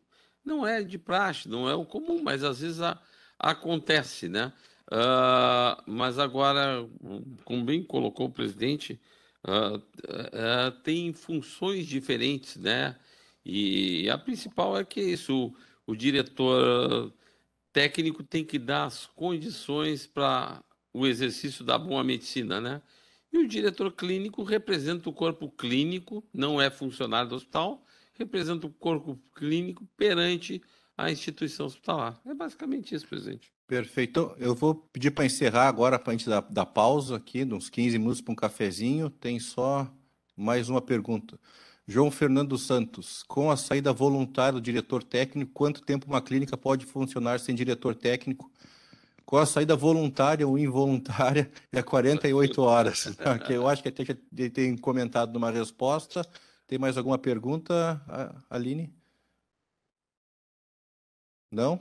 Sem perguntas, então agora às 7h20, vamos dar um intervalo mais curto de 10 minutos e às 7h30 retornamos. Começamos com a corregedoria. Obrigado. Começamos com o doutor Isaac, que é o nosso corregedor.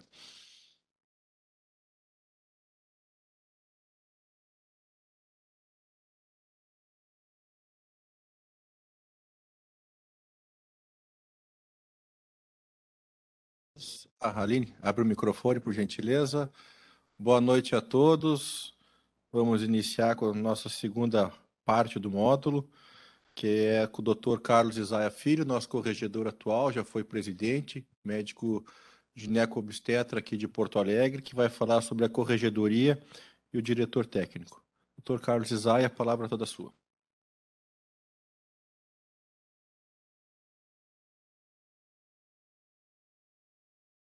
Boa noite a todos, muito obrigado, doutor presidente, doutor Carlos Esparta.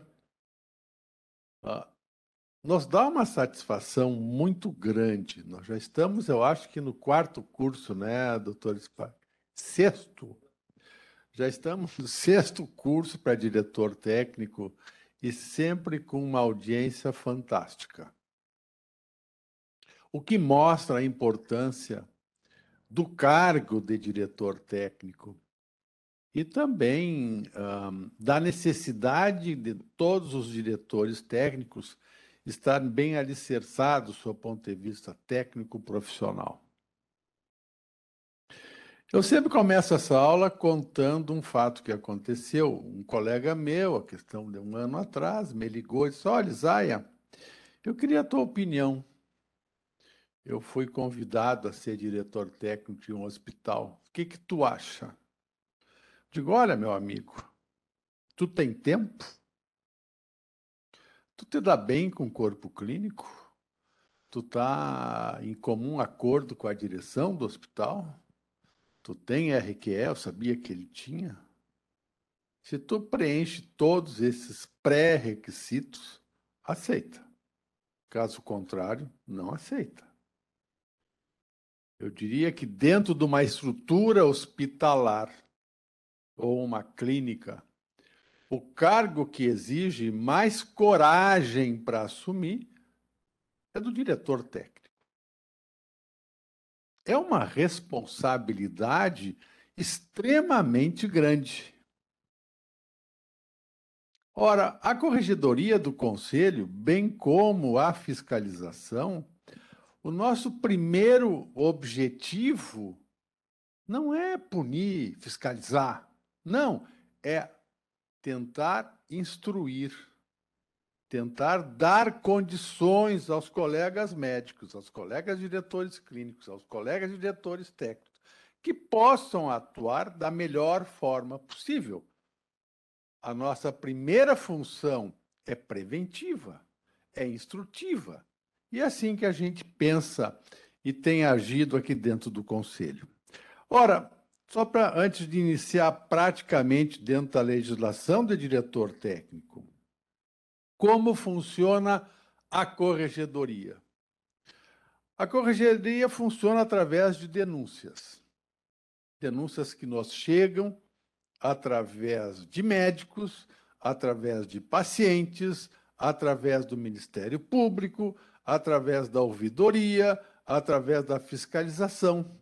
São as vertentes que chegam até a corregedoria. Uma vez chegada a denúncia, é analisada pelos corregedores para ver a importância e ver se essa denúncia está bem realizada, se ela está bem feita e se ela está dentro das normas nas quais se exige nome, endereço, quem é o médico denunciado e qual é o fato. E a partir daí, automaticamente é aberta uma sindicância. A sindicância visa especificamente esclarecer os fatos. O primeiro ato é entrar em contato com o médico que foi denunciado e dizer, olha, nós recebemos essa denúncia, nós queremos ouvir o que você pensa, o que de fato aconteceu e qual é a sua manifestação. Vindo a manifestação, é nomeado um conselheiro sindicante por sorteio e que vai analisar sobre o prisma, sobre a ótica de ver se houve algum tipo de ilícito ético. E se houver, então isso é julgado por uma Câmara extraordinária de julgamento, formado de 4 a 7 conselheiros, que vão analisar, vão estudar e dizer, olha aqui, ó, houve ilícito ético, e aí então foi fundamentado nos quais artigos do Código de Ética Médica, e aí então é aberto um processo ético profissional. Caso não haja evidência de ilícito ético, a sindicância é arquivada, é encerrada. No caso de abertura de processo ético profissional, então isso vai ser instruído, vai ser dado novas oportunidades ao denunciante e ao denunciado para que possa fazer a sua defesa, certo? Até que passe a ter o julgamento depois da instrução completa. Para vocês terem uma noção, basicamente em torno de 70% a 80% das denúncias não se encontra ilícito e são arquivadas. O que equivale a dizer que 20% a 30% viram processo ético profissional e desses, no julgamento, em torno de 50%, depende da época, são arquivados ou foi visto culpabilidade. E aí, então, tem as penas previstas dentro do Código de Ética Médica e dentro também do CPEP. Bom, mas o que tem que ver isso com o diretor técnico? Ora, o diretor técnico é o nosso braço dentro da instituição. Qualquer informação adicional que eu preciso como corregedor, ou conselheiro instrutor, ou conselheiro sindicante, qual é o nosso caminho? Diretor técnico. Vamos perguntar a ele o que aconteceu, ou como as coisas estão andando, para que a gente possa ver aonde estão também as responsabilidades. Um diretor técnico tem responsabilidade, dependendo do fato? Sim. E aí, então, ele entra dentro do rol dos denunciados, dentro do processo ou até da sindicância. Feito isso, o seguinte, faz favor. Eu desconheço resolução do CFM que tenha tantos alicerces. Vocês podem observar, está alicerçado no artigo 28 do decreto tal, do artigo 15 da lei tal, do artigo 12 do decreto tal, do artigo 11 da resolução tal, e aí vem uma gama de resoluções. Isso demonstra o quê? Que o cargo, sim, de diretor técnico, ele está alicerçado em cima disto, mas que envolve responsabilidades muito grandes. Eu sempre digo, diretor técnico e também diretor clínico nunca vai ser cargo honorífico. Por quê? Porque ele envolve, sim, grandes atividades, grandes responsabilidades, como a própria resolução mostra. Eu vou aqui pensar alguns aspectos da resolução seguinte, que estão muito ligados à atividade seguinte da atividade do diretor técnico. Em primeiro lugar, o artigo 2 da resolução 2147 de 2016. O diretor técnico, nos termos da lei, é o responsável perante os conselhos, perante as autoridades sanitárias, ao Ministério Público, ao Judiciário e demais autoridades pelos aspectos formais do funcionamento do estabelecimento assistencial que represente. Não é o dono do hospital, não é o presidente da sociedade mantenedora, não é o secretário de saúde. Não, é o diretor técnico.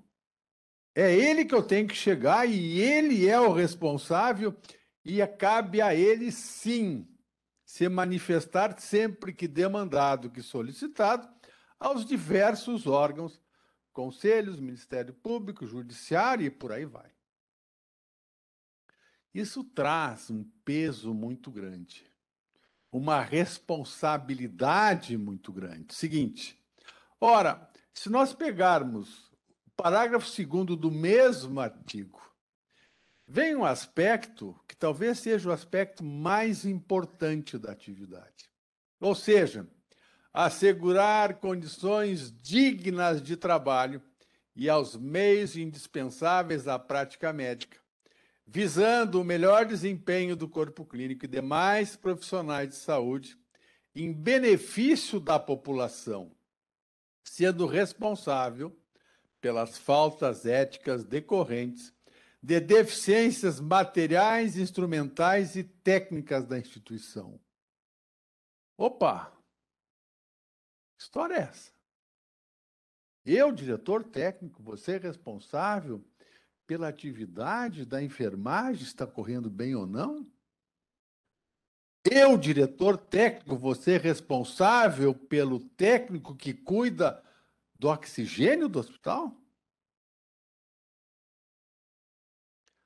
A abrangência dessa responsabilidade, desta atividade, é muito grande, sim. Eu preciso que o diretor técnico seja o grande radar dentro da estrutura. É o grande gerente, é o grande responsável. Ele tem que ter conhecimento, sim, de tudo que está acontecendo dentro do ambiente hospitalar, da clínica, da sua atividade. E assumindo responsabilidades perante todos esses setores. Tivemos um caso recente no hospital do interior em que faltou oxigênio e que levou a óbito um número de pacientes que estavam em UTI. Mas o que o diretor técnico tem que ver com isso? Ele tem que ver, sim. Ele tem que ver como é que as coisas estão funcionando, como ocorrem e por que ocorrem. E, principalmente, o que a gente chama sempre de plano B, de atividades que a gente tenha já contingenciadas para que se possa, sim, dentro da emergência, dentro da necessidade, suprir. Como é, por exemplo, um plantonista que deveria ter vindo fazer o plantão hoje às 8 horas da manhã, e é 8h15, é 8h30, está o plantonista anterior ligando, vem cá, eu que tenho que ir embora, mas o meu substituto não chegou. Então, notem que a responsabilidade e a gama de atividades de um diretor técnico é muito grande. Seguinte. Ora, no parágrafo 4º, certificar-se da regular habilitação dos médicos perante o Conselho, bem como sua qualificação como especialista, exigindo a apresentação formal dos documentos. Não cabe ao diretor clínico escolher e dar capacitação aos médicos. Se eu sou o diretor técnico, chega um médico no meu hospital, olha, eu quero fazer parte do corpo clínico, o corpo clínico aceitou, mas cabe a mim, diretor técnico, você vai fazer o que aqui, doutor? Ah, eu vou ser dermatologista. Seu diploma, por favor, que eu tenho que ter registrado, e o seu RQ. Ah, não, mas acontece o seguinte, no meu hospital, os plantonistas vêm todos de uma PJ.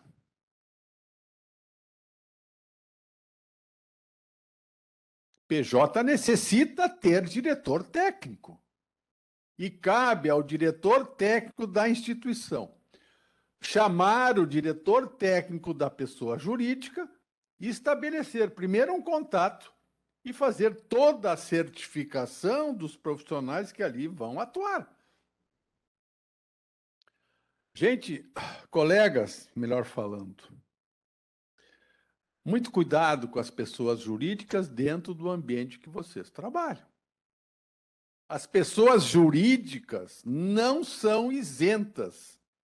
Eles necessitam, primeiro, ter um CNPJ. Eu vi aquela colocação anterior de uma PJ sem CNPF, sem CNPJ. Isso não existe. Além disto, tem que estar, sim, registrada aqui no Conselho. E quando faz o registro aqui no Conselho, vai dizer quem é o diretor técnico daquela pessoa jurídica. Para que se possa ter a responsabilidade e principalmente o intercâmbio. Ah, mas vem cá, eu sou diretor técnico, eu tenho uma PJ lá, faltou um plantonista, cabe a mim ou cabe ao diretor técnico da PJ resolver isso? Óbvio, cabe ao diretor técnico da PJ sob supervisão do diretor técnico da instituição. Um aspecto que eu considero importante, geralmente nos hospitais de porte médio e grande porte, costuma haver uma certa distensão entre o corpo clínico, diretor clínico e diretor técnico. Isso não pode acontecer, não deve acontecer. É claro que o diretor clínico é eleito pelo corpo clínico. O diretor técnico é escolhido e contratado pela administração. Mas não se distanciem do diretor clínico e do corpo clínico. Isto é muito importante, porque esse tipo de relacionamento vai permitir ao diretor técnico que possa identificar as necessidades, as deficiências e assim por diante. Aí vem um cirurgião que opera no seu hospital, faz o relatório cirúrgico de um procedimento que foi feito lá e coloca: olha, eu tive dificuldade para realizar o procedimento porque a tesoura não cortava. Ou porque o porta-agulha que eu solicitei, que me foi ofertado, estava com problema. Toma, o que o diretor técnico tem a ver com isso? Tem sim. Ele tem que ter uma equipe que cuide de tudo isso, porque no final a responsabilidade é dele ou também é dele. Se houve alguma outra deficiência na parte de faxina, de cuidados, de limpeza ou qualquer outro setor do hospital, cabe sim que o diretor técnico saiba disso e procure solucionar. Ah, mas olha aqui, eu estou com uma deficiência lá, que já tem mais de uma semana, já falei para a direção, até agora não foi sanado. Denuncie para o conselho. Comunique o seu corpo clínico. Olha, eu estou pedindo, nós estamos atuando, nós estamos agindo, mas infelizmente não estamos tendo retorno. Não traga para si única e exclusivamente esse fato. Divulgue dentro do corpo clínico. Comunique ao conselho para que se possa estar salvaguardado.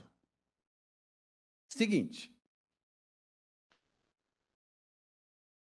Ainda no parágrafo 5 do artigo 2, organizar a escala de plantonistas, zelando para que não haja lacuna nas 24 horas de funcionamento da instituição.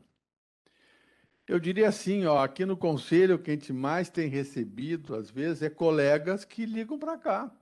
9 horas da manhã, só estou no hospital tal, eu fiz o plantão até agora e meu substituto não veio.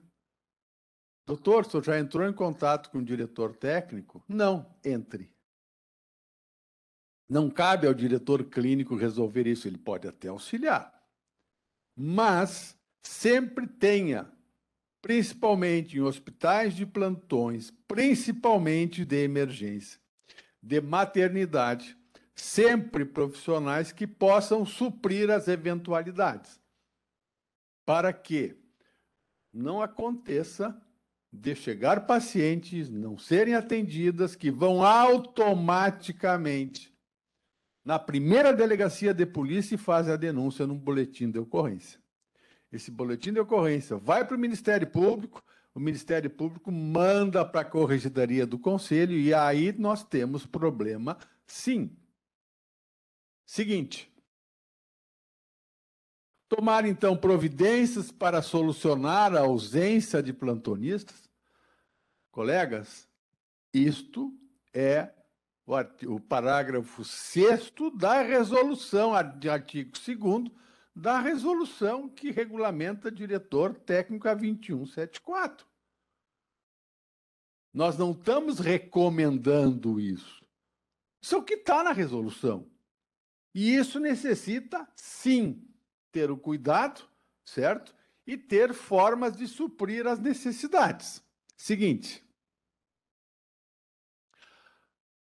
Cumprir no que for atiniente à organização dos demais setores assistenciais, coordenando as ações e pugnando pela harmonia intra- e interprofissional. Quando vocês são convidados a assumir a direção técnica de um hospital, de uma clínica, dependendo do tamanho dessa clínica ou desse hospital, é justo e é necessário que o diretor técnico tenha que formar uma equipe de profissionais que vão auxiliá-lo na sua função. Querer, às vezes, assumir tudo sozinho, as coisas escapam pelos dedos da mão. E aí nós temos situações que ocorrem e que o diretor técnico não fica sabendo. Ter um bom relacionamento com todas as chefias, promover reuniões semanais ou quinzenais com toda a equipe, exatamente para saber o que está acontecendo. Um dado que nos parece extremamente importante. Em hospitais com até 30 profissionais médicos, o diretor técnico pode acumular a função de diretor clínico. Com mais de 30 profissionais, não. Isso é bom? Eu diria assim, ó. A função de diretor técnico já é bastante grande. Assumir também a direção clínica se torna maior ainda. Se puderem, tenha o seu diretor clínico. Se não houver a possibilidade, paciência, acumule. Mas até 30 profissionais. E aí vem uma outra função do diretor técnico. Prover nesses hospitais a eleição do diretor clínico e também a eleição do comitê de ética do hospital. O comitê de ética ajuda muito a função do diretor clínico, ajuda muito a direção do diretor técnico e também é outro canal de intercâmbio junto ao conselho. Então, se o hospital de vocês não possui ainda diretor clínico e principalmente se não tem um comitê de ética, providenciem junto ao corpo clínico para ser criado. Esse comitê de ética é eleito pelo corpo clínico, assim como o diretor clínico também é eleito e necessita ser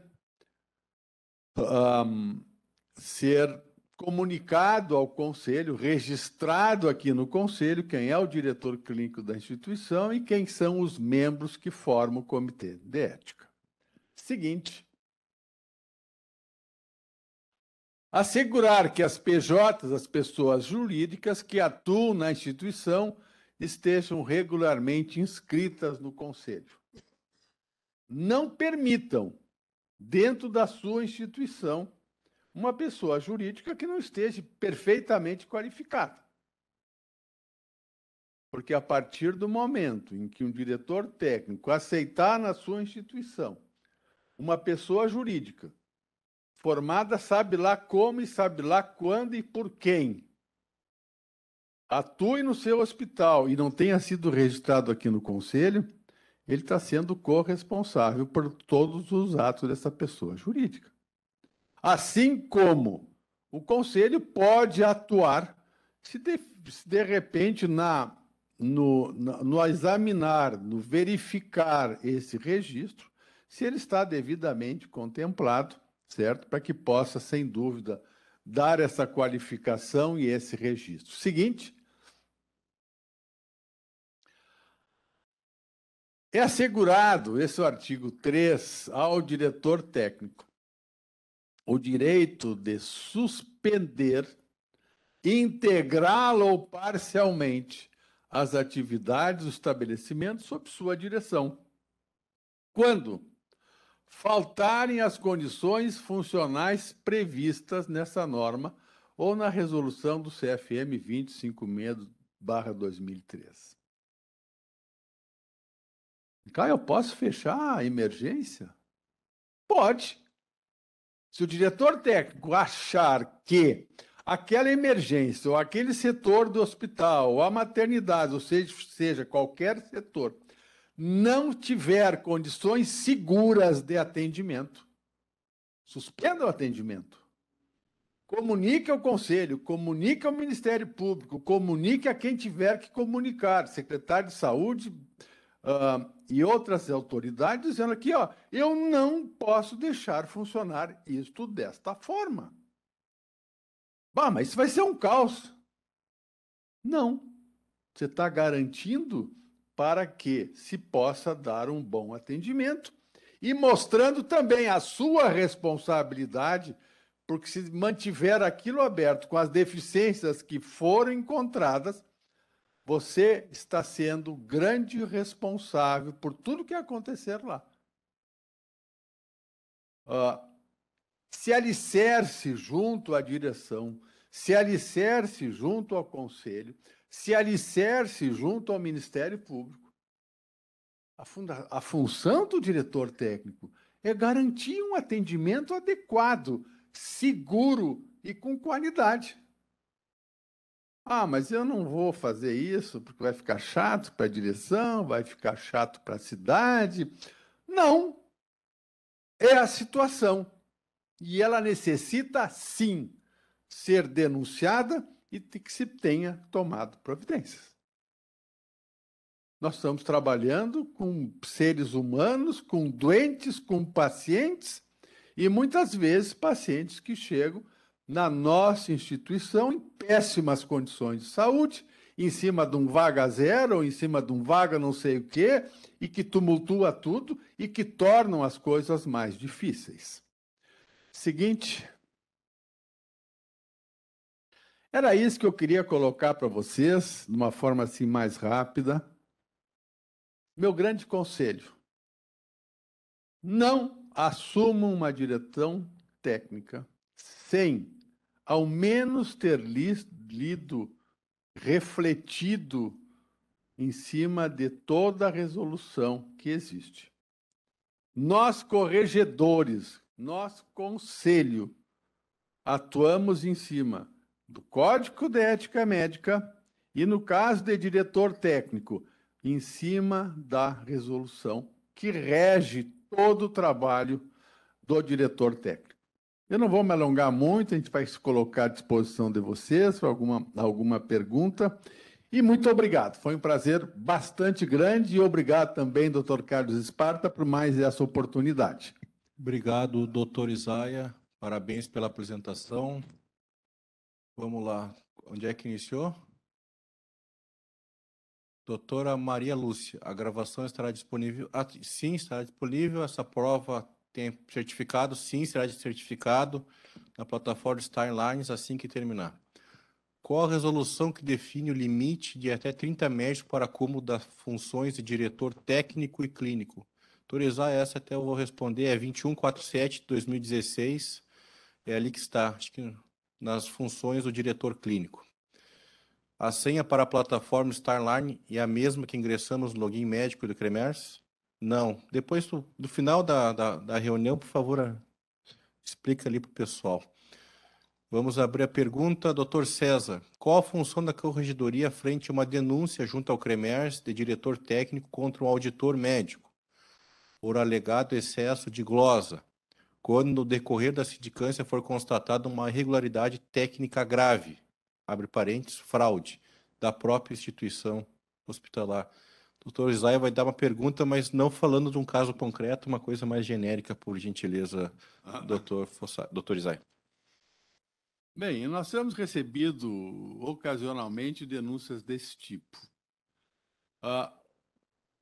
O trabalho do auditor médico ele é regulamentado por resoluções próprias, certo? Cada sistema ele tem lá todo o regramento de procedimentos que são autorizados, certo? E normalmente, quando acontece algum tipo de denúncia desta forma, de colega querendo denunciar auditor médico, nós recebemos, certo? E comunicamos à entidade em que esse auditor médico trabalha, pedindo que ele se manifeste, certo? O porquê que esse procedimento, essa internação foi negada. E aí nós vamos analisar se houve algum tipo de ilícito em cima desse aspecto. Mas, normalmente, essas são questões que envolvem o profissional e o plano de saúde ou a entidade especificamente. Agora, se a gente ver evidências que houve alguma... Realmente o pessoal coloca que estou sendo perseguido pelo plano tal, né? Se a gente vê que existe, de fato, alguma questão relacionada a isso, aí o Conselho atua abrindo sindicância e levando isso aos trâmites normais de avaliação. Perfeito. As próximas perguntas, por enquanto, nenhuma pergunta. Eu vou esclarecer a pergunta que foi feita no módulo anterior sobre relação à Codame, quais as penalidades que pode ocorrer devido à propaganda. As penalidades que estão no Decreto-Lei, né, de 1957 são 5. Aí, claro que cada caso será avaliado, né, não tem como e ver a gravidade ou a recidiva dos casos, mas as penalidades impostas pelo CREMERS e pelo Conselho Federal de Medicina é a linha A, que é advertência confidencial, a linha B, censura confidencial, a linha C, censura pública, a linha D, suspensão das atividades profissionais por 30 dias, e a linha E é a cassação, né? A limitação do exercício profissional. Então, dependendo do caso, vai da linha A até a linha C, se tiver recidivas ou não, quantas vezes for. Então, o caso concreto tem que ser analisado. Mas essas são as 5 penalidades impostas pelo Conselho Regional de Medicina e após ao Conselho Federal de Medicina. Alguma pergunta da plateia? Não? Colegas de casa? Todo mundo tímido ainda? Eu só gostaria, presidente, se me permite, fazer um comentário a respeito da questão da publicidade médica. Nos últimos 2 anos, o número de denúncias que chegam até a corregedoria relacionadas à publicidade médica vem aumentando, certo? Eu sempre digo que o melhor WhatsApp que existe é aquele que o médico não faz. Então, muito cuidado, certo? Em colocações que são feitas, certo? visando uma promoção profissional, uma promoção pessoal, porque isso gera problemas. Problemas entre médicos e pacientes e problemas entre médicos e médicos, especialistas e especialistas. O doutor Joste colocou muito bem na aula dele essa questão, certo? Ela é importante. Olha, a gente recebe denúncias com páginas e páginas de publicação em WhatsApp. Você começa a ver aquilo ali, vem cá, como um colega é capaz de colocar tudo isto. Então, muito cuidado, certo? As mídias sociais, às vezes, são catastróficas e, infelizmente, acabam aqui no Conselho. Doutor Isaia, doutor Elvio, o cargo de diretor clínico tem que ser obrigatoriamente eleito pelos pares ou pode ser indicação do diretor técnico, no caso de uma eleição e não houver candidato? Bem, aí tem que considerar alguns aspectos. Primeiro, o tamanho da estrutura. A melhor forma, sem dúvida, e como manda a legislação, as resoluções do CFM, é a eleição do diretor clínico, certo? Se não houver um candidato dentro da direção clínica, cabe ao diretor técnico incentivar junto aos médicos, ao corpo clínico, que faça e mostrando exatamente a importância que tem para um corpo clínico ter um diretor clínico. Ele é o grande interlocutor dos médicos daquela instituição. Se for uma entidade com menos de 30 médicos, então o diretor clínico, o diretor técnico pode sim acumular o cargo de diretor clínico.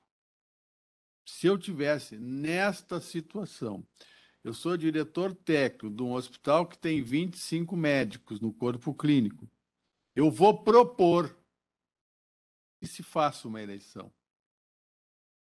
Se não houver, e sabendo que eu posso assumir como diretor técnico, também ser diretor clínico, eu vou tentar, junto ao corpo clínico, saber se eu tenho o consenso desse corpo clínico para manter, acumular também esse cargo.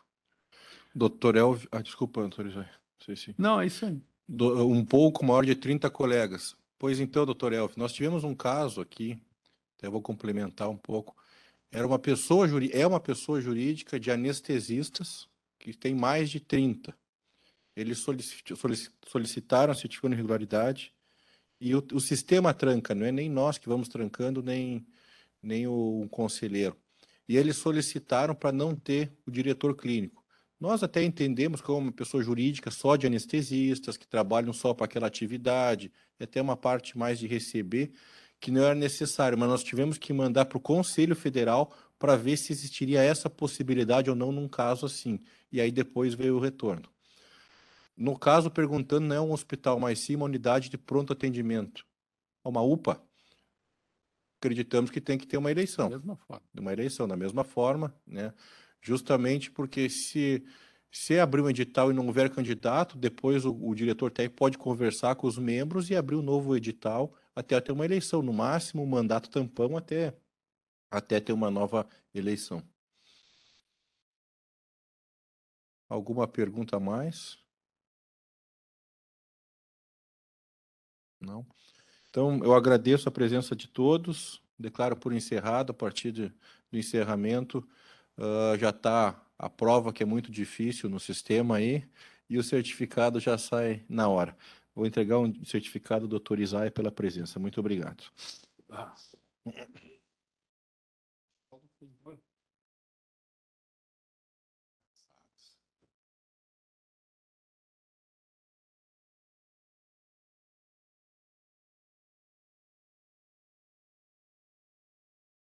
O Conselho Regional de Medicina do Estado do Rio Grande do Sul confere o presente certificado ao médico Carlos Isaia Filho, CREMERS 7715, por participar como palestrante no curso básico Diretor Técnico, 6ª edição, realizado na sede do Cremers, com duração de 2 horas na data de hoje. Porto Alegre, 27 de setembro de 2022, assinado por mim, Carlos Esparta, presidente. Parabéns, doutor Isaac. Obrigado, presidente. Foi um prazer muito.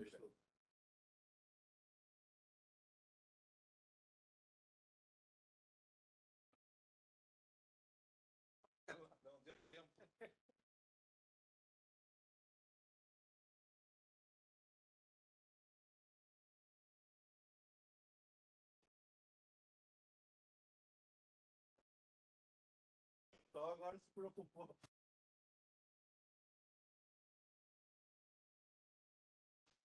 Já solicitei para a equipe aqui para responder onde está a prova, mas não se preocupem, pessoal, era só brincadeira, a prova não é difícil, não. Mas fica dentro do próprio site, já vai ser respondido ali pela nossa equipe.